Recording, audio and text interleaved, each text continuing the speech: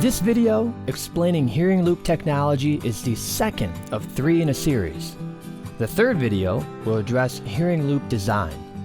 It is not a requirement to view the first video about assistive listening systems before you watch this, but there is information in that video that will help you understand the use of T-coils and hearing loops.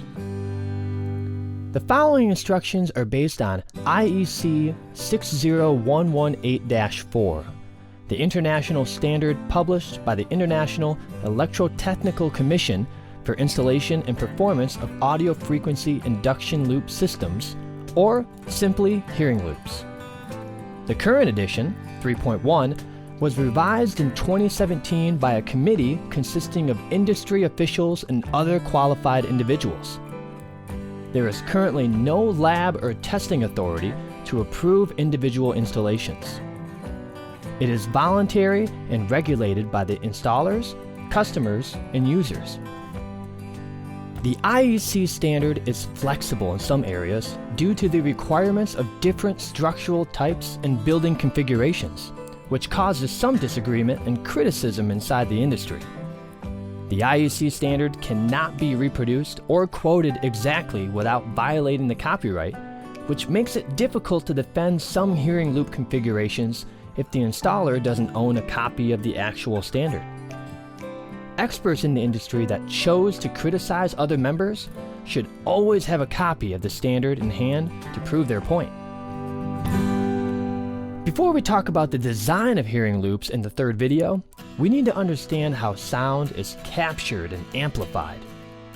Sound waves have to be generated electronically or picked up by a microphone and converted to an electronic signal. There are a number of different types of microphones that can accomplish this.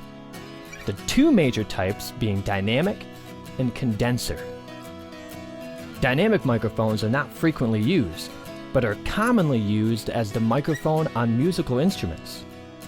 This type of microphone is powered by a magnet, so it does not require an outside power source. There is a coil of wire wrapped around the magnet, which is similar to the construction of the T-coil in the hearing aid.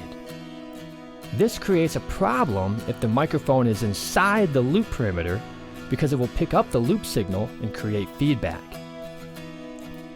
It is critical to know the intended use of the area to be looped to ensure separation of musical instruments from the hearing loop, either through physical distancing or sound feeds that isolate the musical instruments or dynamic microphones from the hearing loop. If feedback occurs, it can be tricky trying to find the source.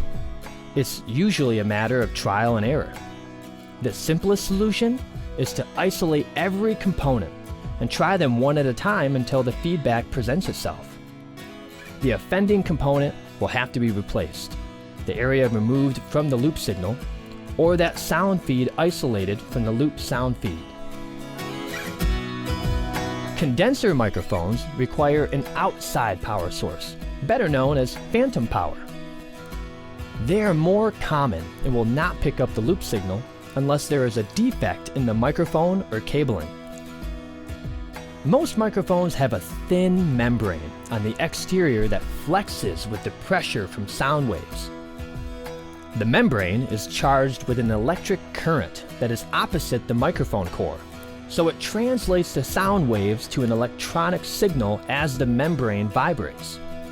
The microphone signal is fairly weak and needs to be amplified to be heard through a speaker or loop system.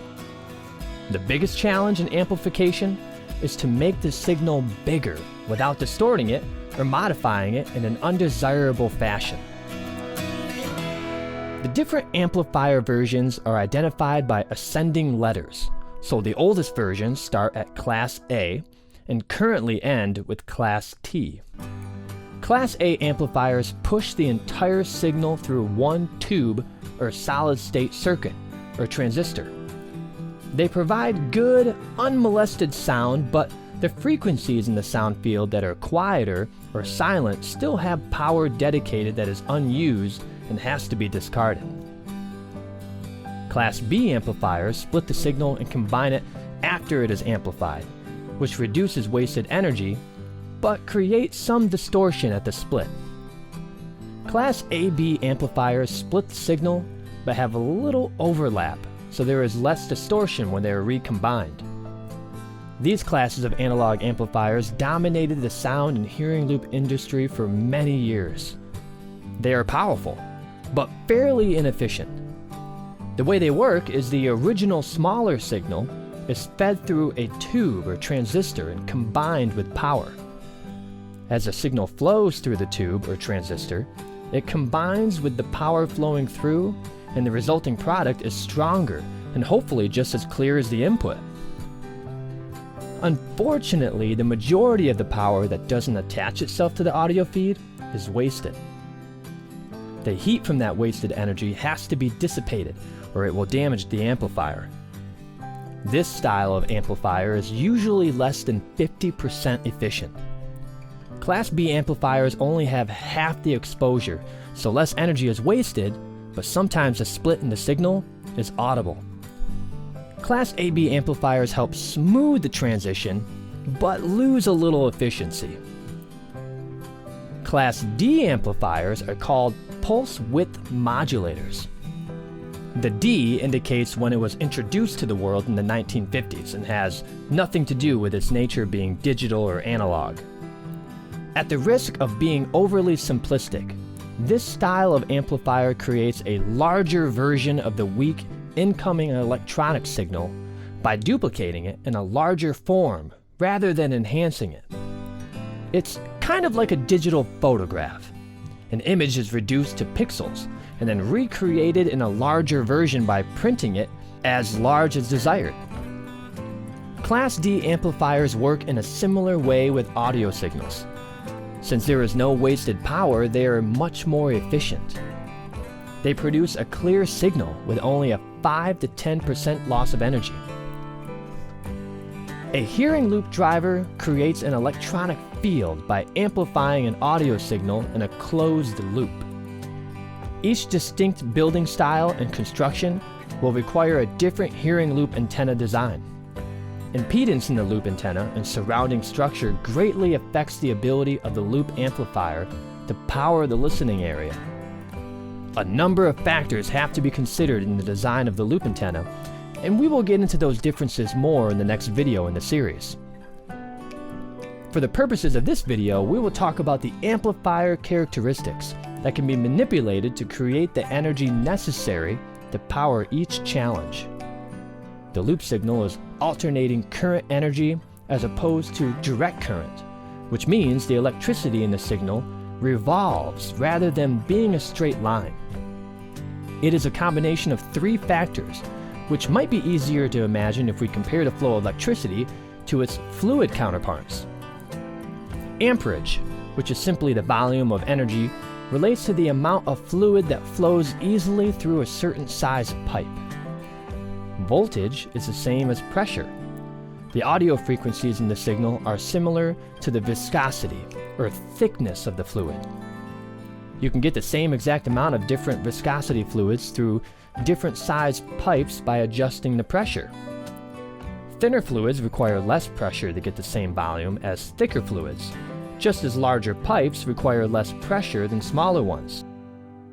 It is the same with hearing loops.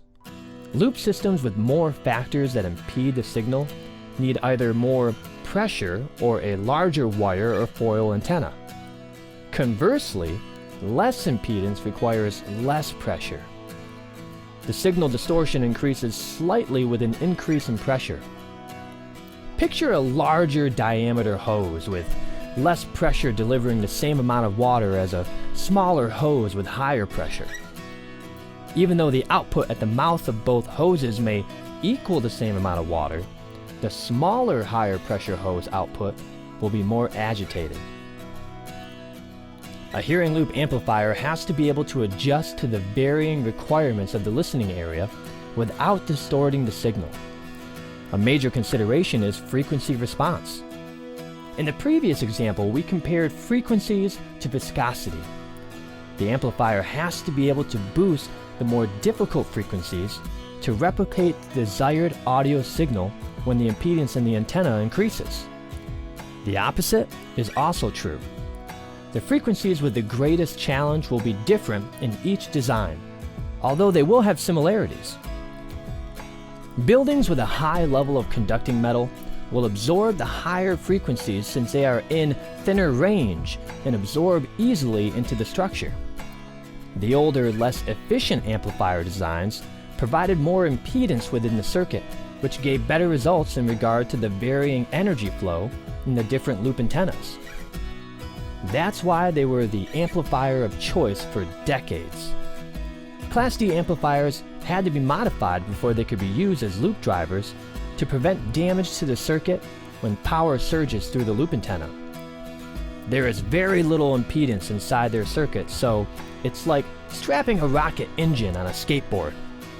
Properly designed loop amplifiers provide controls and circuitry to control the flow of energy and provide exact frequency reproduction in the loop field with very little wasted energy. All audio frequencies are regulated and assigned in the United States by the FCC. Hearing loops are supposed to operate between 100 and 5,000 Hertz, which is the same frequency that is used to communicate with submarines and underground mines. The signal has a long wavelength, but it is very fast, so it has very little audio lag or echo. It penetrates walls and even earth, so it is ideal for hearing loop applications. It's on the very low end of the wave spectrum, so there is minimal interference with higher frequencies like radio signals, Wi-Fi, and microwaves. However, because of the amount of power at the loop antenna, it will interfere with some devices on other frequencies, depending on proximity. There is concern regarding electronic radiation and its effects on people and animals in the vicinity. A properly installed hearing loop produces 100 milliamps per square meter, which translates to 0.126 microtesla. The magnetic fields of the Earth is 100 microtesla, so the magnetic field strength of the Earth is almost 800 times stronger than a properly installed hearing loop. The last and final video will address hearing loop design. It is not a requirement to view the first video about assistive listening systems before you watch this, but there is information in that video that will help you understand the use of T-coils and hearing loops.